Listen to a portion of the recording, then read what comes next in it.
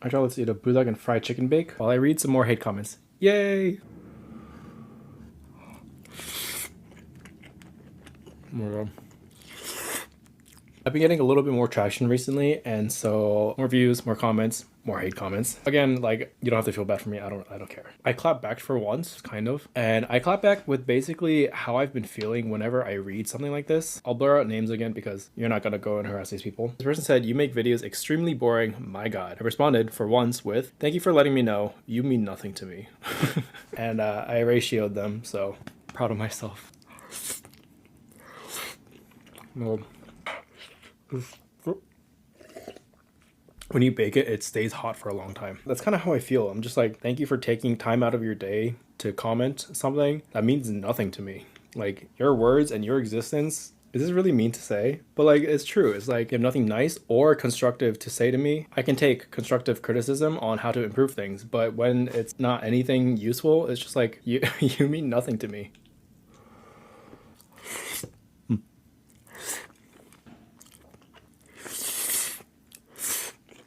Drizzle of keeping mayo really makes a big difference here. You know, I was actually talking to a professor recently about like with negative interactions I've had with other people. I've not had a great time with other human beings recently, especially in the past 2 years. Something that he said, when people lash out and say things with malice, it's really much more of a reflection on them than it is anything about me at all. I don't know, ADHD. I'm gonna shift a little bit here. I'm gonna talk about something else too now. I guess it's kind of hate comments. I recently did a Chipotle video with like a grilled cheese burrito, and I've never gotten so many comments about spitting out my food or like throwing it up on camera. Like, it's one burrito and it's a large burrito, but like, it's, you know,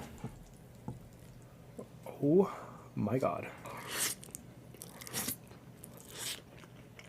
All these comments are like accusing me of like one of the most disordered forms of eating. And all I'm gonna say is like, if that's your immediate thought when you see someone eating larger than normal amount of food, maybe it's not me with the eating disorder. Oh my god, he's clapping back. Okay, I guess I will give it the I guess I will give people the benefit of the doubt. I've been thinking a lot recently because I've been getting a lot of different comments about eating and dieting and habits and things like that. And like, I'm not a bodybuilder, but I've been lifting seriously for about 18 months now. And I will say, when I do something, I like do something, right? The thing I've realized a lot with comments recently is that people don't know things. That's not in a judgmental way. And so I guess like to give the benefit of the doubt, you know, I do realize that people struggle with food and calories and body image, and I do too. I will be the first to admit that.